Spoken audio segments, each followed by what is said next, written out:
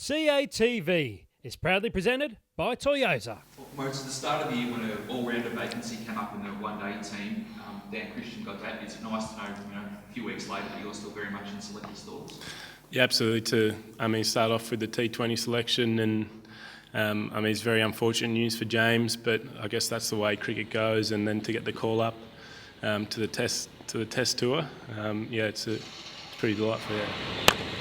I certainly feel like my batting's progressed over the last couple of years, or my cricket altogether, and probably just learning a lot more about the game and actually putting it into practice. I think when I was a bit younger, I sort of struggled to learn from mistakes, and I feel like I'm learning quicker now. And being in India, so you were the last, you're part of the guys that didn't get a game as team was going so well. Tough start when you came back, but getting that sort of century in the last game before the Big Bash break, how good was that for the confidence? Yeah, I think it was big. Obviously, I hadn't, when I came back from the Indian ODI tour, I hadn't really done a great deal, sort of bits and pieces here and there. So it was nice to come out and put a big score on the board, and I think it certainly sort of was good momentum going into the T20s. Why do you think you're a good fit to replace James Faulkner? Well, I think it's sort of like for like. He's obviously an all-rounder, and he's been playing some very good cricket over the summer. So I've got some big shoes to fill there. But obviously I'm an all-rounder as well, so we'll come in and fill a similar sort of role into the squad.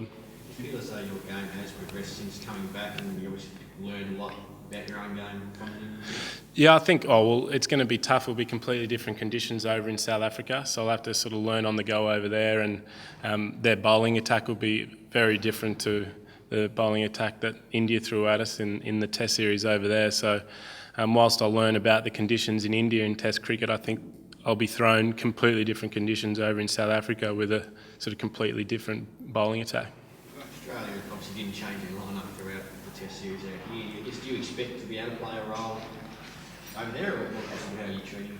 Oh, well, I think definitely for the first Test, barring injuries, you'd assume that it'd be a very similar lineup after winning 5-0. I think it's a fantastic Test team, and I just got to make sure that I'm doing all the work off the field to, if there is a vacancy, that I'm there ready to step up. What did you get out of that mid-year Aussie tour to South Africa and Zimbabwe? Yeah, it was good to get over there and play in those conditions, and in the longer form of the game. I'd never played 4-day cricket over there before until that tour, so it was good to see how the wickets sort of wear down over constant battering of 3 and 4 days.